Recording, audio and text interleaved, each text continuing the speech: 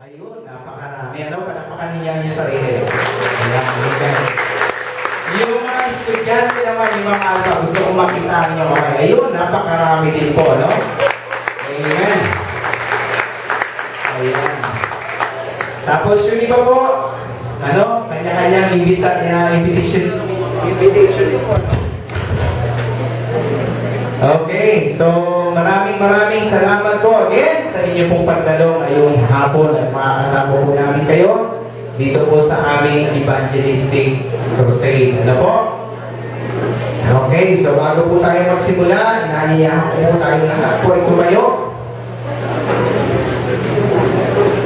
Ayan, ihanda po natin ang ating po sarili sa Panginoon ngayong hapon. Tayo po muna ay magsimula sa pananalangin. Nais ko po na ang lahat ay yumuko at ipikit po natin ang ating pong mga mata para po sa ating pong pananalangin. Tayo po ay manalangin. Ama naming Diyos na dakila at makapangyarihan sa lahat, muli aming pasasalamat sa inyo pong kabutihan at katapatan sa aming buhay. Panginoon, alam po namin na wala po kaming magagawa kung wala po kayo, Panginoon, kaya hayaan mo na ihandog po namin ang aming pong mga sarili sa inyo pong kabanalan at sa inyo pong dakilang katapatan sa aming buhay, Panginoon. Lord, sa hapong ito, hinihiling po namin ang pangunguna ng Banal na Espiritu sa aming po kalagitnaan. Dalangin po, Panginoon, ang pagkilos ng Banal na Espiritu sa bawat isa po sa amin. Maipaunawa po sa aming Panginoon ang iyong salita na mahahayag ngayong hapon. Kayo po ang magbukas ng puso ng bawat isa, ng isipan ng bawat isa. Makaunawa, Panginoon, sa dakilang kaligtasan na patuloy niyo pong ipinagkakaloob. Alam namin, Panginoon, kung gaano kadakila ang iyong pag-ibig sa bawat isa po sa amin. Na ibinigay mo ang iyong buhay doon sa krus na Kalbaryo para sa aming kaligtasan, Panginoon. Kaya sa umagang ito, dalangin namin, Panginoon, na maranasan namin, Panginoon, ang dakila mong pag-ibig sa bawat isa po sa amin. Lord, alam po namin, Panginoon, na hindi po kayo nagkukulang, na patuloy po ninyong hinahanap ang bawat kaluluwa na dapat makakilala sa iyo. Na magkaroon ng dakilang relasyon para sa iyo, Panginoon. At sa hapong ito, dalangin namin na kayo po siyang patuloy na maluwalhati, mataas. Tulungan niyo po ang aming pastor sa pagpapahayag niya ng iyong mga salita. Kausapin ang bawat isa, Panginoon. At ito po ay maging pagpapala. Kaya hindi naman po, Panginoon, lahat po na narito ngayong hapon makikinig ng iyong salita ay iyong kausapin at inyong hamunin, Panginoon. Maraming salamat po, Panginoon. Kayo po siya patuloy na mataas na maluwalhati sa hapon ito, sapagkat ang lahat ng ito ay aming po pinagkakatiwala sa makapangyarihang pangalan po lamang ng aming Panginoon na tagapagligtas. Walang iba kundi ang Panginoong Jesus. Amen. Okay, mga kapatid, manatili po tayo nakatayo at aawit po tayo sa Panginoon. Tawagin po natin ang ating pong song leader. Nasaan ka na? Ayan, Brother Ayan.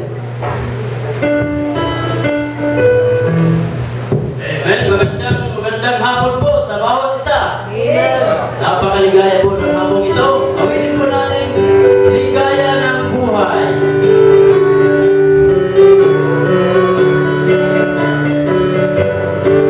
Handa na po ba lahat? Handa na po ba lahat? Amen.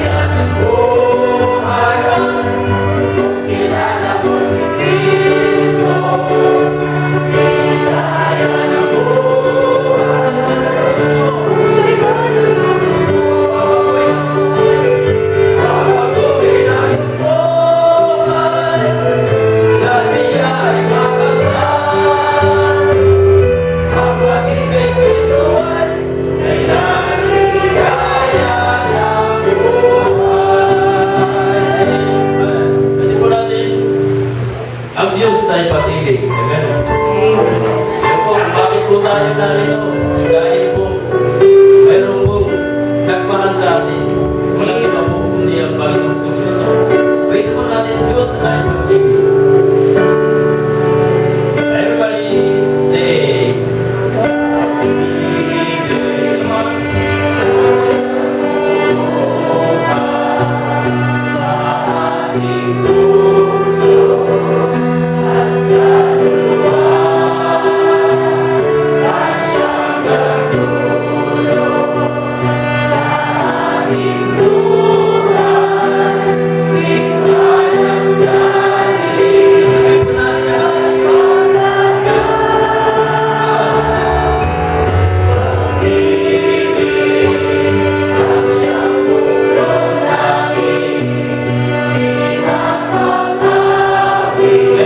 on.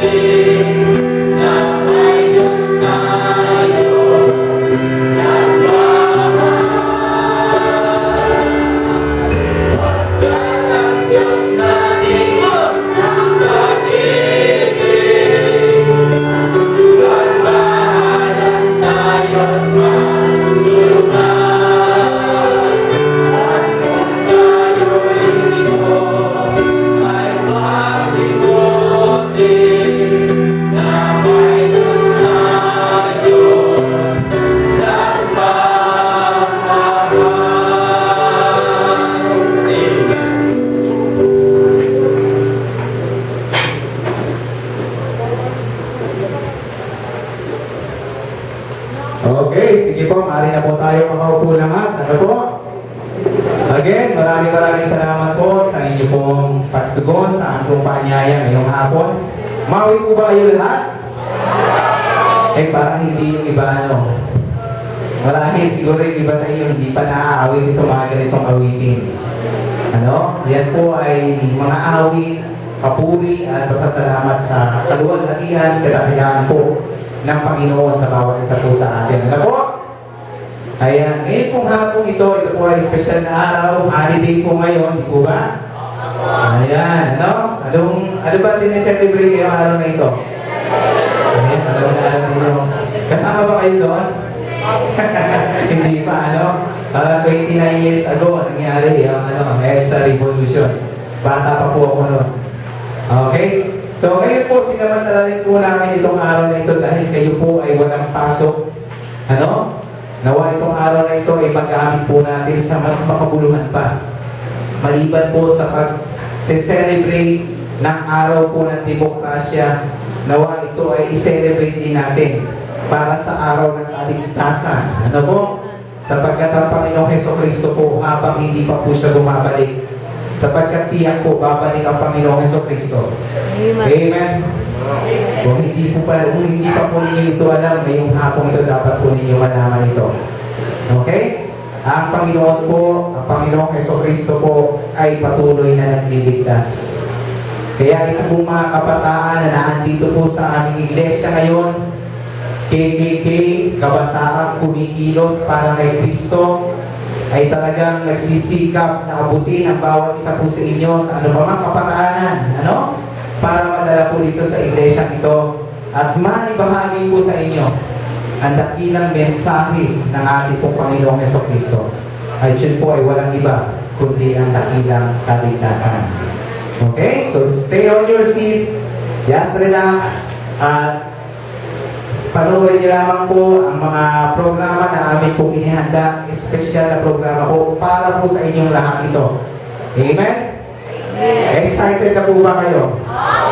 Ayan, maraming salamat po.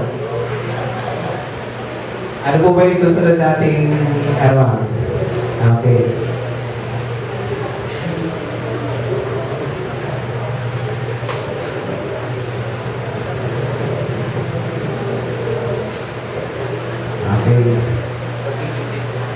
So, ngayong hapon, meron po kami ipapakita sa inyo na isa pong video presentation po.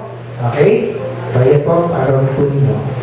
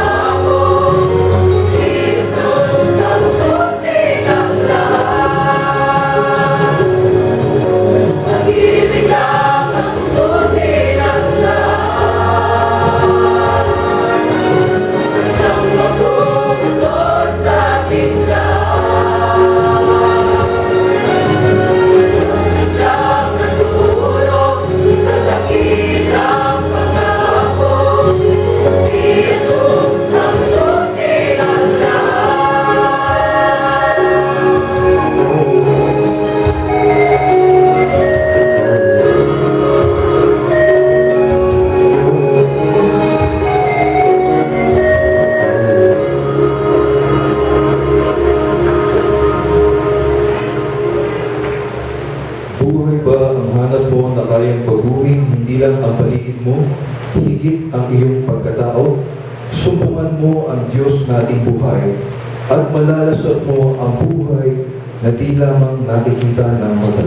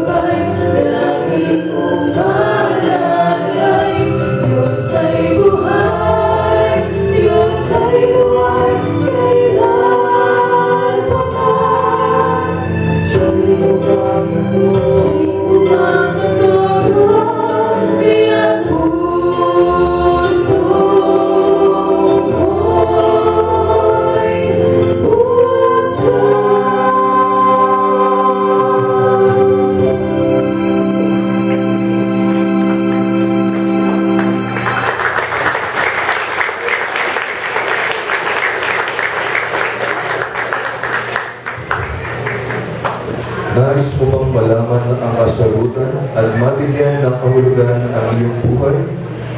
Marami man ang iba't ibang klase ng sakit na iyong naranasan at di baga ang bukas ay paris ng madaling larawan, ang pinakamahalagang pagkaalam ng katotohanan at kasagutan ay ang nag-iisang panahon ngayon.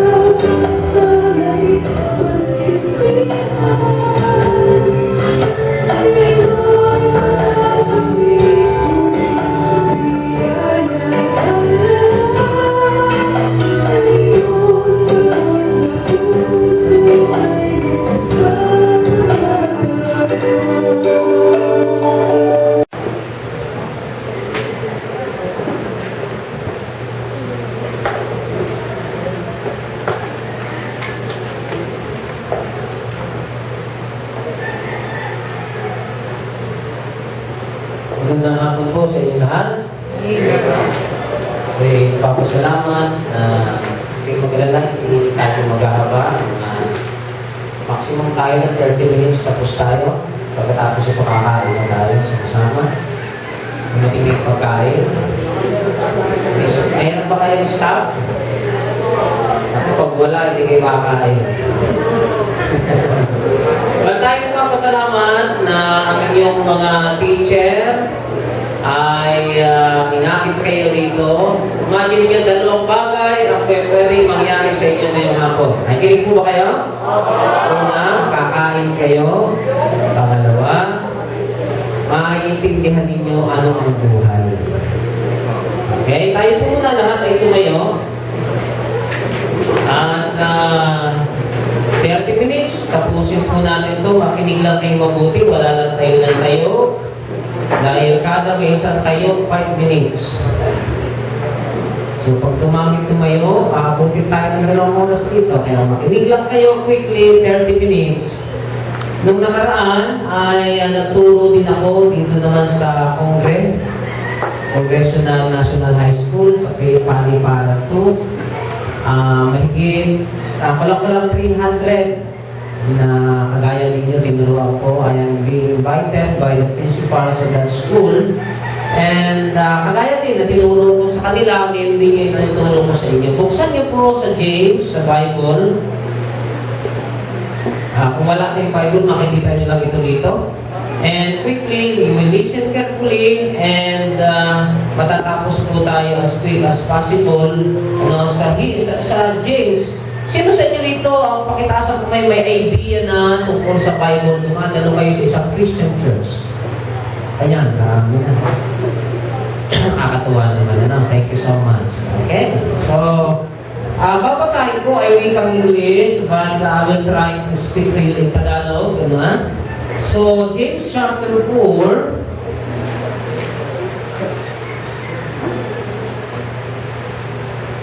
verse 14. James chapter 4, verse 14. Ang sabi diyan, yan, sa ating PowerPoint. Whereas you know not what shall be on the morrow, for what is your life? It is even a vapor that appeareth for a little time, and then vanisheth away. Now, ngayong hapon ay pag-usapan natin ang mabuhay. Kasi iisa lang ang buhay. Okay? So tayo muna tumungo, tayo manalangin sandali. Let's pray. Panginoon, salamat po ngayong hapon. Pagpalain niyo po ang inyong salita. At naman mabuti mga turo sa inyong po salitang ito. At tinuturo niyo sa amin na ano nga po ba ang aming buhay. Tulungan niyo po kami at umaasa po kami sa inyong biyaya sa amin. Maraming salamat po ngayong hapon. Ito po yung aming dalangin sa inyo sa pangalan po ng aming Panginoong Hesus. Amen. Thank you, and please be seated. Siguro kakailanganin ka na sa whiteboard dito, please. Siguro akit na ako sa taas para makita niyo ako lahat. Okay? So, quickly, pakisuyo yung mga yan na. Ayan na, whiteboard yung marker. Dito na sa left side.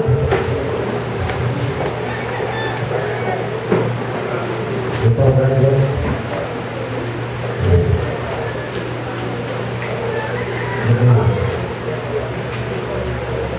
Ang sabi dyan ay ano ang ating buhay. Kayo ba'y nagtataka? Siguro, ako ay 22 years ng pastor dito sa Paliparan. Nag-umpisa ako rin in 1993. Yung Paliparan Road na yan, hindi ganyan kaganda. Tubugan pa lang ng kalabaw yan. Ang panahon na yun. Kung kayo papuntang bayan, yung tulay dyan sa may Paliparan, ano pa yan dati? Hanging bridge. Yung gaganong-ganong ka habang dumadaan, nanunulay ka. Tapos, tinawag itong Paliparan kasi noong unang panahon, yung mga sinasalvage sa Calabarzon, dito sa atin tinatapon. Kaya noon, nakakatakot dito. Noong panahon na yun. Nag-aaral ako sa college noon, sa Makati. Nag-aaral ako ng political science, tapos ng Bachelor in Theology. Pag-travel namin dyan, natural na sa amin na makita may mga nakahagdusay diyang patay. Yung mabuhay na yan, tapunan niya. Tugunan ito dati. Oo. At nakita ko na kahit noon pa hanggang ngayon, parang ang buhay ng tao ay hindi lang maiksi, kundi napakamura. Kaya ngayong hapon, nakikinig po ba kayo? Ngayong hapon, tuturuan ko kayo paano ninyong pahahalagahan at paano magiging meaningful ang kaisa-isang buhay na yan. Alam niyo ba na ako ay galing sa hirap? Ang aking father ay spiritista. Okay? Kami ay lahi ng mga nagkukulang. Okay? Kung di kayo naniniwala sa aswang, ako ay may titong aswang. Sino makakita? Okay? Hindi totoo yung napuputol yung kalahati. Kasi pag naputol yan, pati bito ka putol. Diba? Hindi rin totoo yung humahaba yung dila. Nandang lupa. Ang totoong aswang, yung kanyang pakpak, yung parang paniki, nakita na kayo ng paniki, yung kanyang pakpak mula sa buong-buong ng kamay hanggang dito sa buong-buong ng paa. Nag-aanyo siyang parang animal, pero tao pa rin. So makikita niyo, ang tawag diyan, devil. So sa daigdig natin ito, dalawang uri ang naninirahan o umiiral. Devil at saka God. Nakikinig po ba kayo? Pag devil, papasama. Pag sa Diyos, papaganda. Kaya kapag ang buhay ninyo at ng pamilya ninyo sumasama, ibig sabihin, yung devil nakaka-penetrate na sa family ninyo. Nakakalimutan ko ba ako? Ngayon, tanong, sino sa inyo ang nangarap na sira ang inyong buhay? Wala. Sino sa inyo, kaya nga kayo nag-aaral sino sa inyo rito ang nangangarap na kayo ay isang maging professional? Lahat. Di po ba? Pero tanongin ko kayo, lahat ba ay nagtatagumpay? Hindi. Bakit? Kasi may problema sa ating buhay. Mayroong mga hadlang. Mayroong mga obstacle na kayong dinadaanan. At ang unang-una dyan ay yung tinatawag na kasalanan. O tinatawag sa English na kalasanan. Baliktad, kasalanan. Yan. Baliktad, no? Mas maganda yung tumatawag kayo, baka mamaya tingin nyo sa akin unan Okay? Ang tawag sa Bible ay sin. Pag ikaw ay dumami ang kasalanan, ang tawag ay sinner. Sabi niya, Pastor, ano ang pag dumami, ang tawag sa taong makasalanan ay sinner. Ngayon, pag dumami yung sin, ang tawag ay sins. Pag tinagalog mo daw, ano ang Tagalog ng sin? Ay yung sins. Kasalanan. Ang tawag dyan ay sinner, makasalanan. Ang problema sa atin, tingnan ninyo, hindi tayo minsan turuan ng kamalian, gumagawa tayo ng mali. Pero kapag tayo hindi tinuruan ng tama, ay puro mali ang ating gagawin. Bakit? Kasi by nature, tayo po ay makasalanan. At ang ayon po sa Biblia, ang bunga ng kasalanan ay death. Kaya lahat ng tao namamatay. Bata, punta kayo sa sementeryo sa paliparan, meron diyang maiksing nitso, may maiksi-iksi, may mahaba-haba, may mahaba, at merong sobrang haba. Ibig sabihin, Walang pinipili ang kamatayan. Meron namang maiksi-miksi, merong baby pa. Imagine niyo ang pwede niyo ipagpasalamat sa Diyos, hindi kayo namatay ng baby pa. Kung hindi, hindi niyo na-i-enjoy ang buhay. Alam niyo ba na yung buhay na yan, ang kalooban ng Diyos sa inyo ay i-enjoy yan? Nagiging po ba kayo?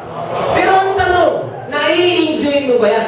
Pastor, paano ko ma-i-enjoy ito? Sa bahay namin, para kaming Afghanistan at Iraq.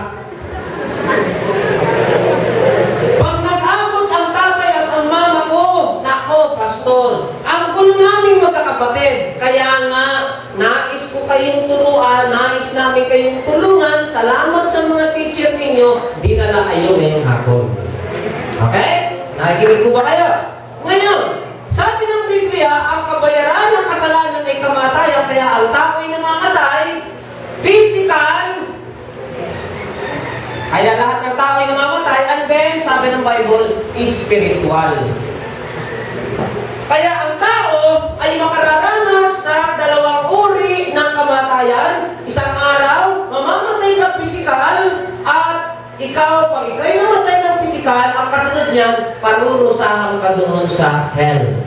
Totoo pong mayroong impyerno. Kasi kung walang hell, walang Holy Week. Di po ba? Nakikinig kayo? Kung walang hell, walang Christmas.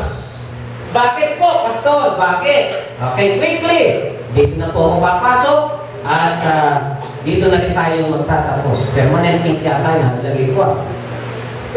Ayun, hindi. Okay. Now, bakit po, sinabi nga natin, Pastor, gaano katotoo ba na mayroong heaven at mayroong hell?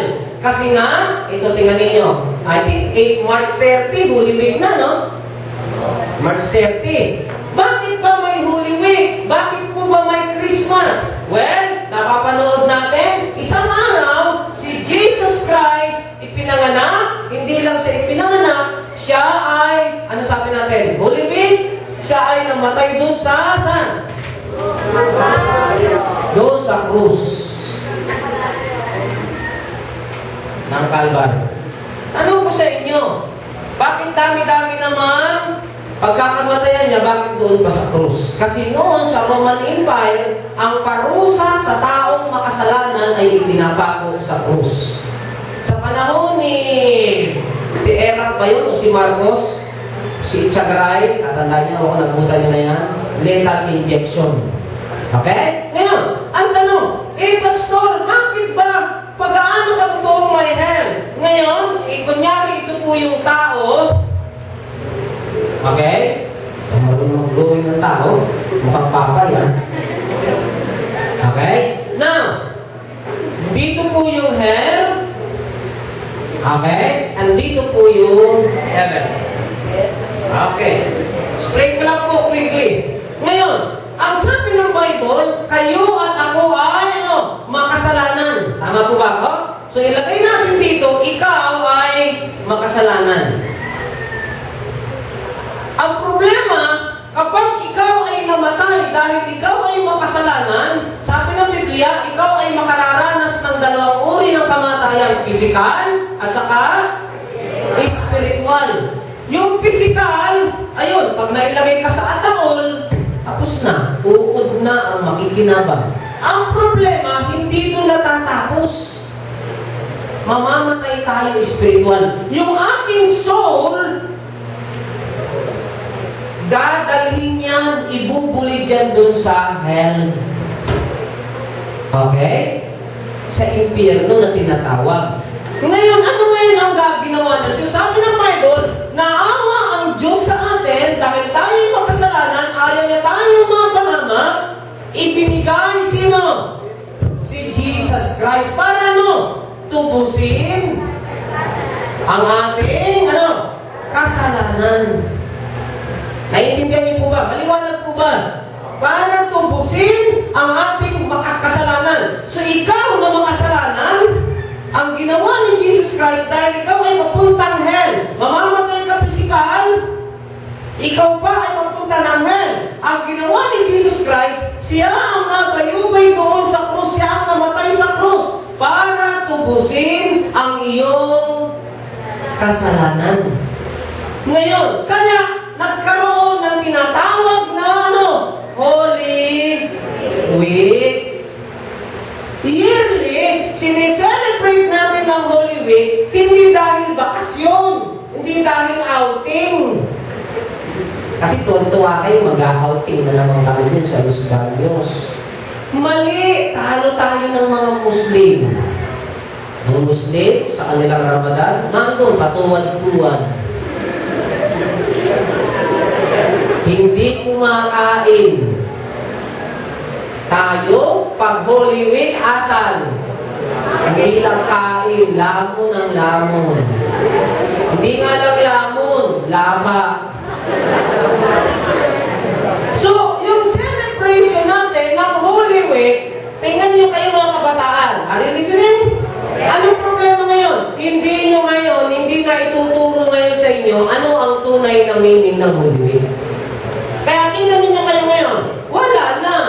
Wala nang pagmamahal sa ganitong bagay. Now, tanong, bakit may Holy Week? Naawa si Jesus. Nakikinig po ba kayo?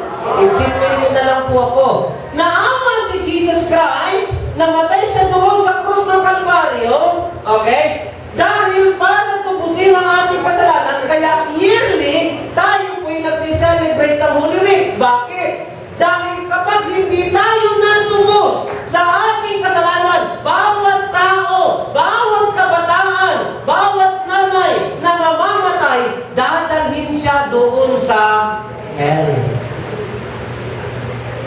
Okay? Alam niyo ba na ang mga bulkan ay chimney lang ng hell? Basta ba't yun yung by chimney? Singawan lang yan. Okay, research ninyo. Okay? Hindi ako mag-aaba dyan. Na! Ayaw ng Diyos na ikaw ay parusahan sa hell. Nasabi ng Biblia, meron dong apoy, meron dong worm diet na. Sabi ng Biblia, araw at gabi, maghihirap ka, tatangis ka ron, hindi ka na makakaalis dyan pag ikay namatay. Who knows? Sino sa inyo makakatiyak na buhay pa kayo bukas? Wala. Mayroon pong isang pastor nagda-drive, tapos meron namang isang 16 years old, 17 or 16 years old, hiniram yung motor. May angkas na isa. Nagmotor sila dyan sa may Daang Hari, yung pababa. Dyan sa may pababa ng Richview. Yung pastor, atanda na, 64 years old, lago na ng mata kung mag-drive, parang punerarya na. Alam ninyo, dahil mga nakakainom, pagiray-giray yung motor hanggang sa paliko, hindi niya napansin may isang matandang pastor na nagdadrive ng kanyang kotse. Pag liko nila, head-on-head collision, pasok na tumalon sila, pagtalong nila, naipit yung paa nila nung motor, nung kadena. Dumiretso sila sumadsad. Yung motor, pagsampok sa harap, tumalsik, nagpaikot-ikot sa bilis ng takbo. Yung isa, nakatalon yung angkas, at least, putok lang ang ulo. Yung isa, nawawala. Hinahanap ng pastor. 16 years old, nasa ilalim ng kotse. Turog ang ulo. Who knows? Sino sa inyo ang nakatitiyak na kayo buhay pa bukas? Pero ang pinakamagandang nangyari sa inyo, hindi niyo mamantiyak kung buhay kayo bukas. Pag kayo na may namatay, tiyak niyo sa heaven kayo pupunta. Okay? Naiintindihan niyo po ba ako? Kaya namin kayo inimbitahan dito. Hindi lang kayo para pakainin pisikal, kundi maintindihan niyo anytime ang kamatayan ay darating, pero magandang tiyak ninyo na sa langit kayo pupunta. Okay po ba yan? Now, quickly. Ngayon, ano po ang pwedeng mangyari? Pastor, ikaw ito. Tayo itong makasalanan. Ang ginawa ni Jesus Christ, siya ang manunubos. Siya ay tutubusin tayo sa ating kasalanan. Ang tawag sa kanya ay manunubos. Okay? Pag si Kristo ay sinampalatayanan natin, ngayong hapon, Pastor, ako pala yung mapapahamak, ako pala yung papuntang hell, paano mapupunta sa akin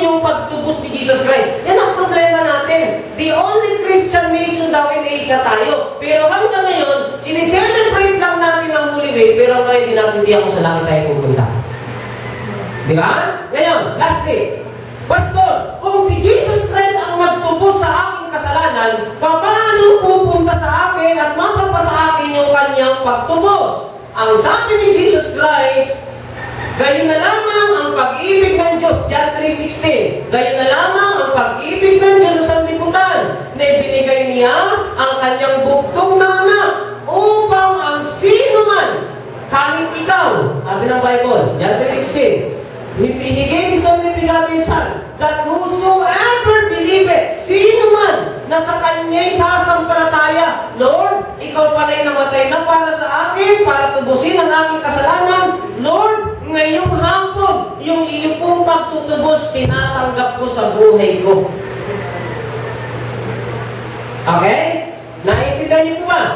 Pag yung pagtutubos na yun, tinanggap ninyo si Jesus Christ, tinanggap ninyo sa puso ninyo, pinapasok niyo si Jesus Christ sa buhay ninyo, yung kanyang pagtutubos, yung kanyang pagiging manunubos, tutubusin ang iyong kasalanan. Babayaran niya ang iyong kasalanan. Therefore, buhay ka pa, bayad na ang iyong kasalanan. Tanong, may babayaran pa po ba kayo? Wala na. Kung wala na kayong babayaran at si Jesus Christ na ang nagtubos sa inyo, ngayong hapon, pag tinanggap niyo si Jesus Christ, buhay pa kayo, pwede niyo nang matiyak ang heaven.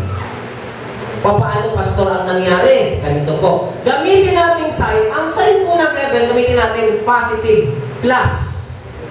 Kita niyo po ba lahat? Si Jesus Christ, dahil galing sa heaven, ang sign niya, plus, positive.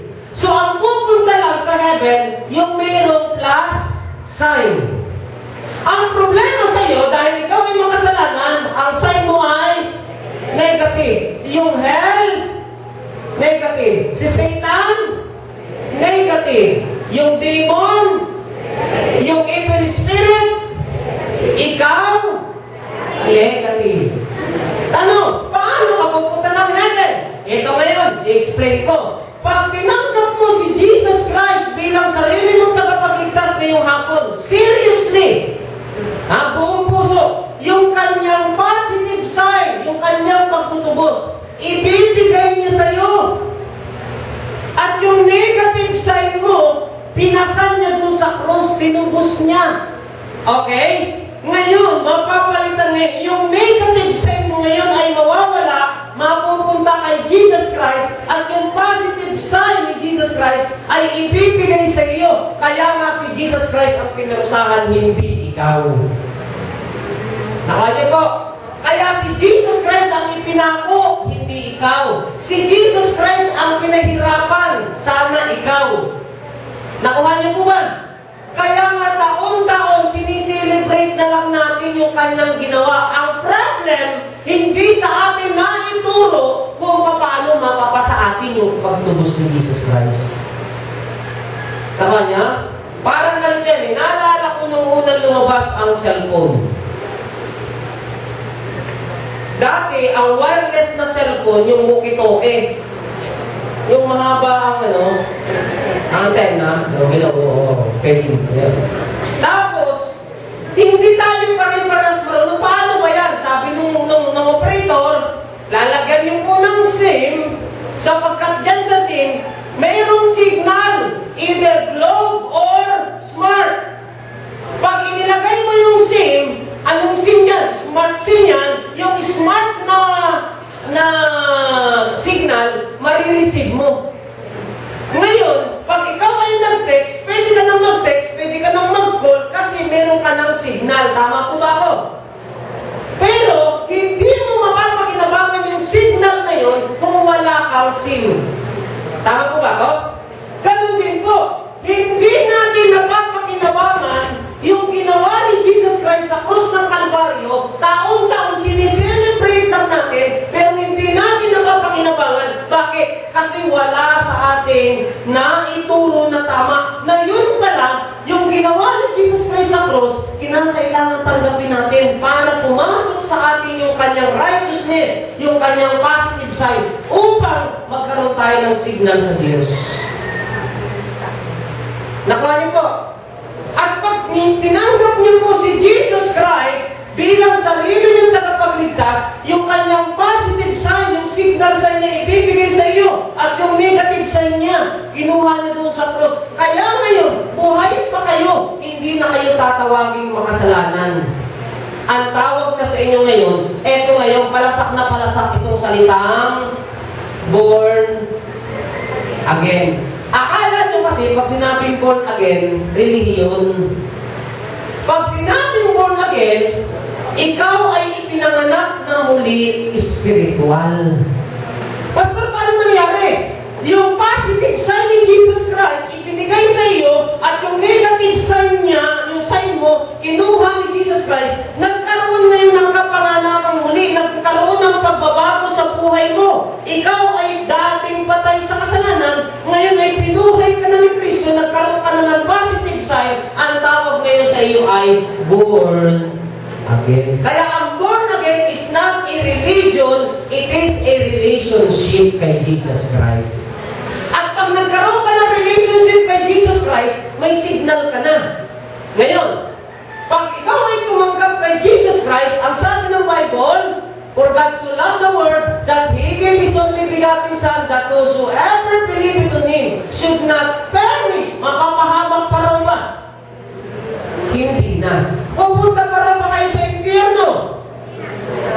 Hindi na. Bakit?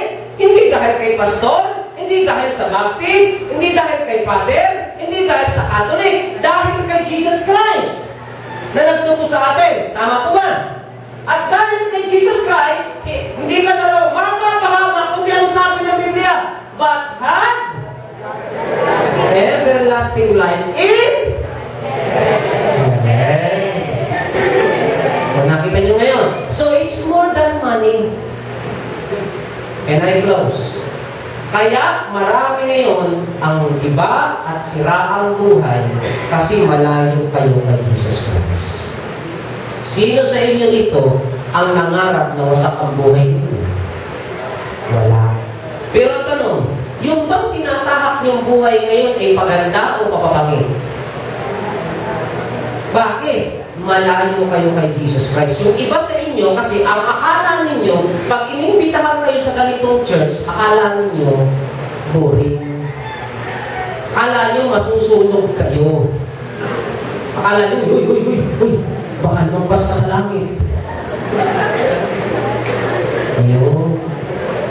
Pero kapag kalukuhan ang ginagawa, hindi tayo natatakot. Pero kapag kalukuhan ang ginagawa ninyo, ano tinatahak ninyo? Mali. Ano sabi natin? Pag mali, saan? Sa devil. Pag tama, sa Diyos. Mamimili lang kayo. Tama ba o mali? Ikaw ngayon ang magtatanong. Ngayon, Pastor, gusto kong maging matagumpay ako ron sa dulo ng buhay ko. Tahakin niyo yung tama. Sino yung tama? Si Jesus Christ. Susunod kayo ngayon kay Jesus Christ. Kaya kapag kayo nakaunawa kay Jesus Christ, nagsimula kayong pumunta sa ganitong church, iniimbitahan namin kayo every Sunday. Kayo, sumunod lang kayo, magiging maayos ang buhay ninyo. Ako tatanungin nyo, i-build ako sa nanay at tatay ko, nung bata ako. Okay? Kailan lang naging maayos ang buhay ko nung makilala ko si Jesus Christ? Kasi hindi ako lumaki sa nanay at tatay ko. Ang gulo ng pamilya ko. Nakatapos ako ng college, nag-self-supporting ako. Okay? Nang tanong, bakit? Bakit naayos? Noon, kagaya din na rin ako. Noon, hindi pa uso siya ko marijuana. Alak. Hindi yung alak na bira, yung lambanog. Saka yung tagway lakad, nakalagay dito yan sa aming, yung dito sa likuran. Magkakating classes kami ng mga classmate ko sa probinsya. Pupunta kami sa ilog, doon kami magiinuman. Akala ng father namin, tatay namin, kami pumapasok. Pero umuwi din naman kami sa tamang oras. Pero lasing. Pero sabog. Saan kami pupunta? Isang araw, may nag-imbita rin sa amin kagaya ninyo. Pwede ba namin ma-imbita kayo sa Diyos na pumunita po? Uy, punta ka rin doon para bumait-bait ka na ron. Sabi nila, Kasi required din sa amin ang teacher namin. Ibabagsak ka o di ka pumunta. Mabuti na lang yung teacher namin, mahal kami. Punta kami, wala kang pumunta ka, baka masunod ako dyan. Nalikat kami. Hanggang sa, nung magsalita yung pastor, sabi niya, kayo'y mapapahamak. Ayaw ng Diyos na kayo'y mapahamak. Ayaw ng Diyos na maging magulo ang buhay niyo. Gusto niya kayong maging matagumpay. Sabi ko di ngayon na dahil natatag namin ko, tapos kayo pa. Pakialam niyo sa buhay namin. Hindi ko pinapansin yun. Hanggang sa isang araw, binisita kami sa bahay ng pastor. Hanggang sa may nag-Bible study sa amin. Hanggang sabi ko, oo nga, mali nga pala ito. Pangit yung isipan ko. Okay, nagre-rebelde sa parent ko. Masama ang loob ko sa kanila. Hanggang sa nasa ibang tatay ko, naiintindihan ko, sabi ng pastor, tanggapin mo si Jesus Christ. Papasukin mo sa puso mo. Titiyakin ko sa iyo, magsisimula ang inyong pagbabago. Ako'y 3 taong nagturo sa munti. Meron doon isang lalaki, 5'11", ang katawan. Ako'y nag-gym, pero hindi ko kaya ang laki ng katawan mo. Kaming dalawang preso, sabi niya, upo kayo sa kamay ko. Upo yung isa sa kaliwa. Tumayo. Grabe, lakas ng lalaki nito. Sabi niya, pastor, nung ako'y nasa labas ng kulungan, may nagregalo sa misis ko ng Bible. Ang ginawa ko, pinungit ko, pastor. Umibak yung bunso namin. Yung papel ng Bible, kinakit ko doon sa iba. Binato ko sa kapitbahay. Ganun ako, pastor, kasalbahe.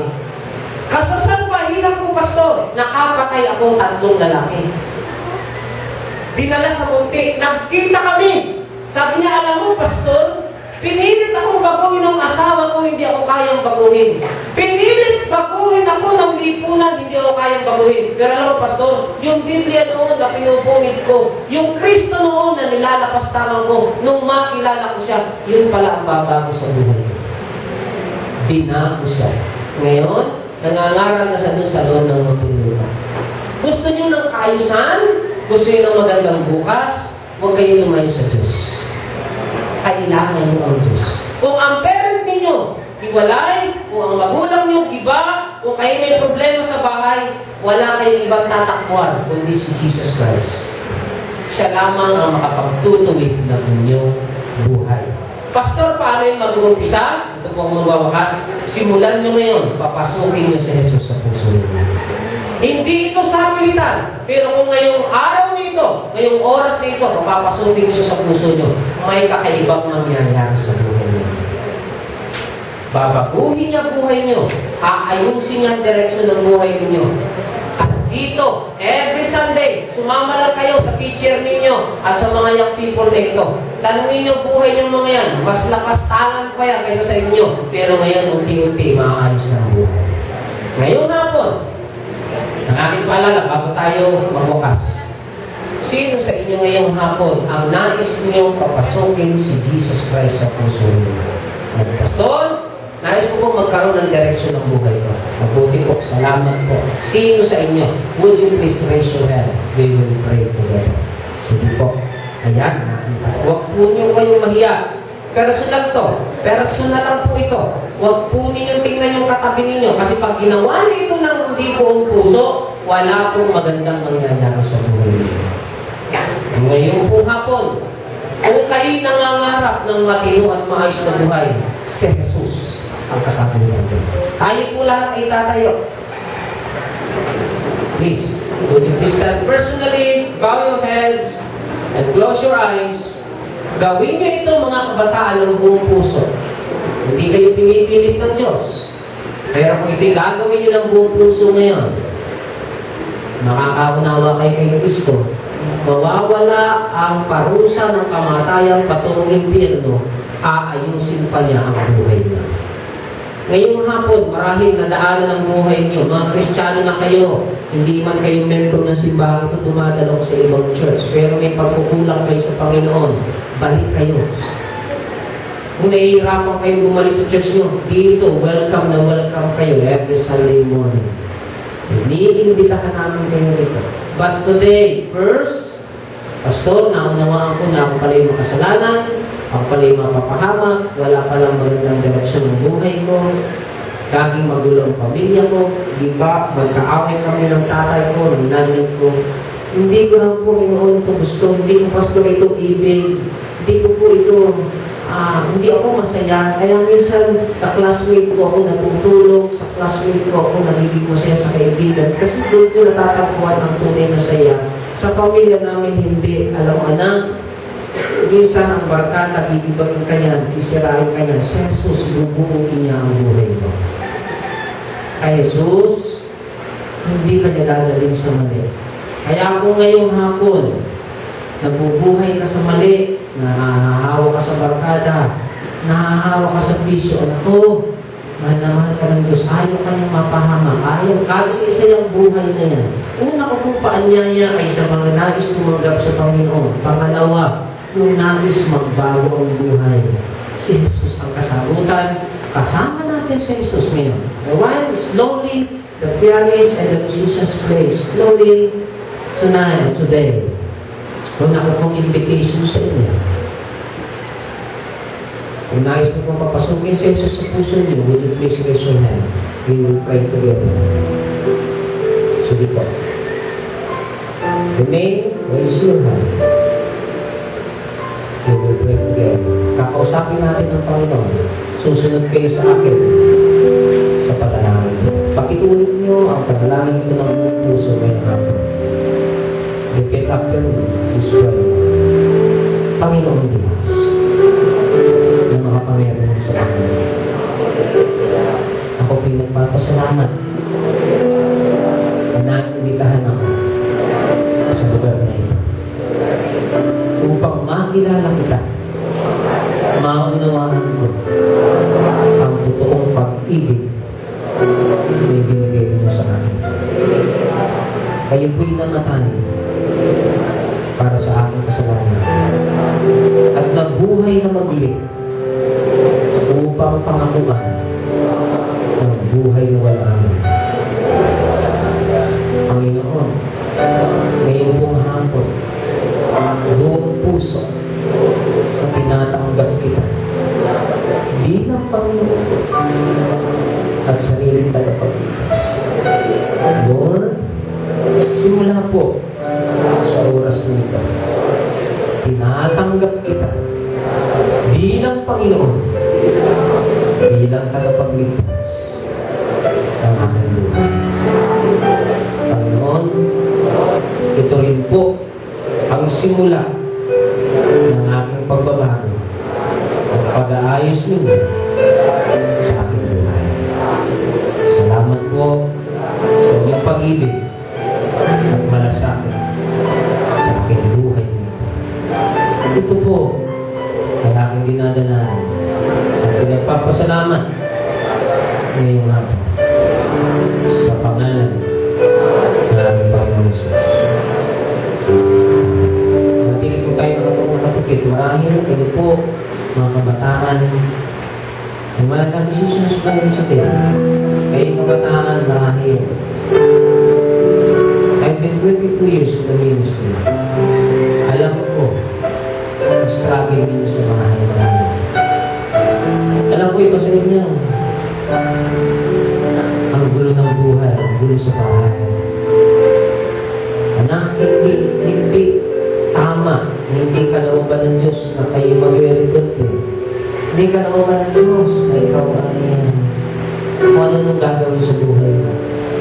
Pinakamagandang gawin mo, lumapit ka kay Jesus Christ. Ngayon ako, gusto pag-pray po ninyo ako. Nais ko pong ayusin namin kahit sa isang buhay. Gusto ko pong magtagumpay. Gusto ko pong maging masaya. Gusto nangangako ako kay Jesus Christ. Magsisimba ako, sisimulan ko ang buhay. Sino sa inyo ang ganyan ang pangalan? God bless you. If God spoke to your heart today, God loves you. Mahal na mahal ka ng Panginoon.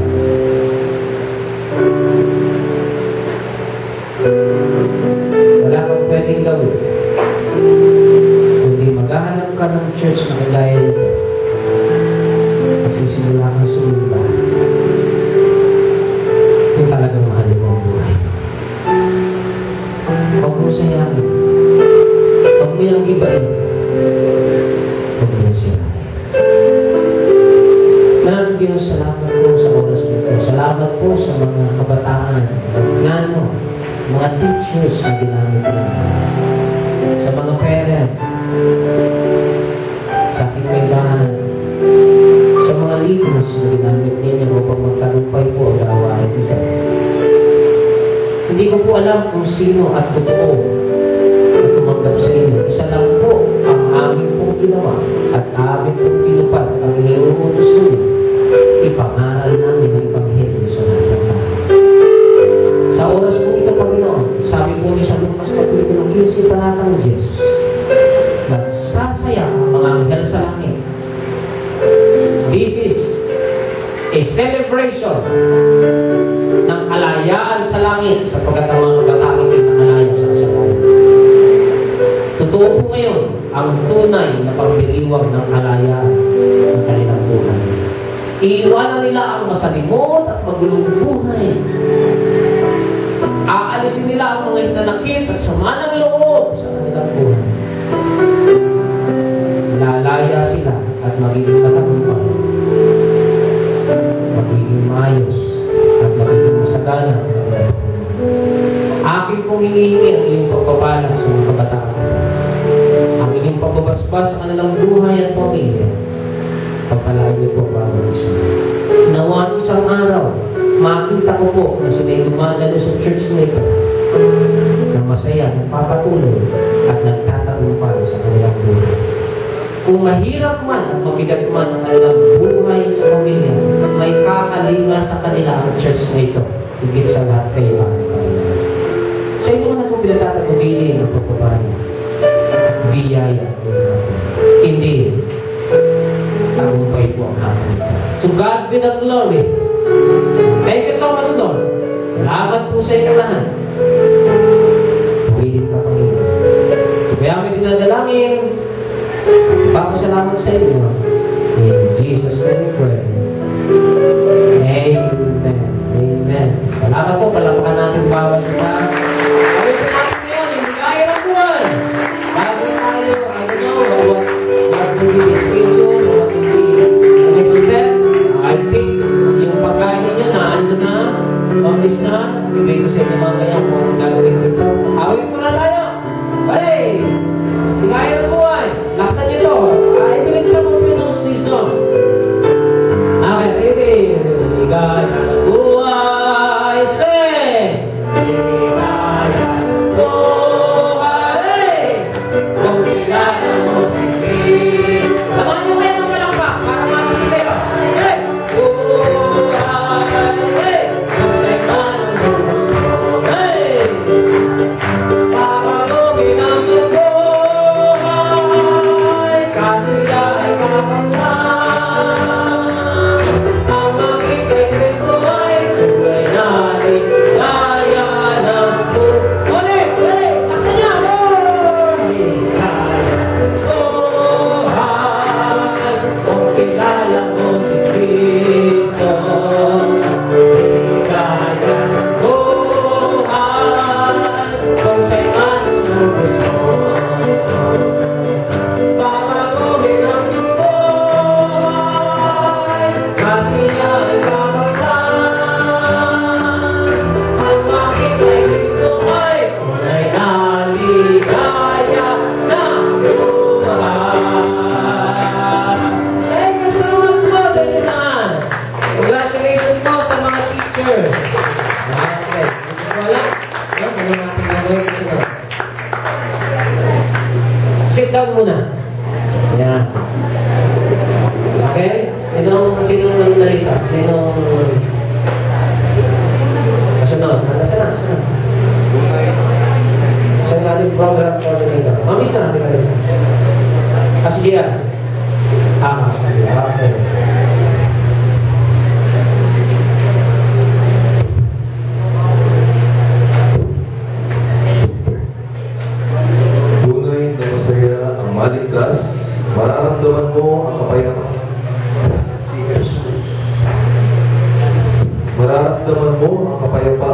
Jesus ang nangako na hindi nagpapanggap. Ngunit lalong higit ng kaligayahan kung hindi mo ipagdadamot ang kaligtasan iyong pinanggap. Dapat ipahayag si Kristo sa iba.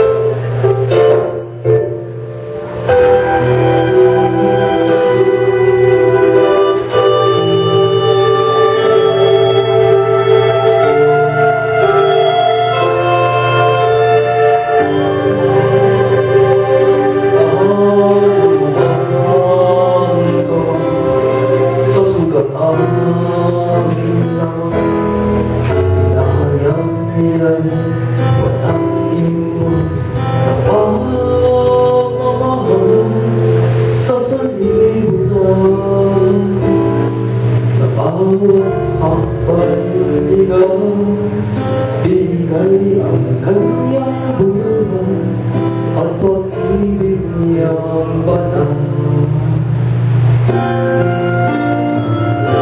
Kanino ba matatalo?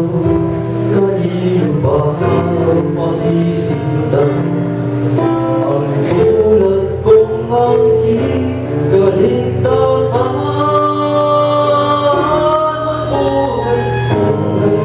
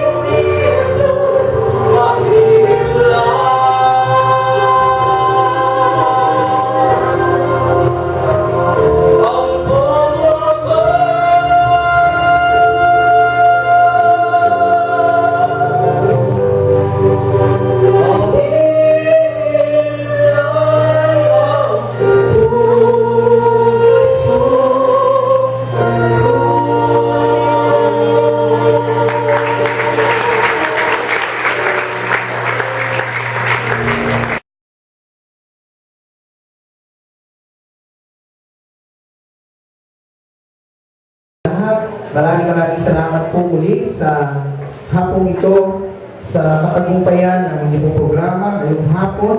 Maraming salamat po, Panginoon, sa mga kaluluwa, sa mga kabataan na nagdesisyon, natanggapin po kayo.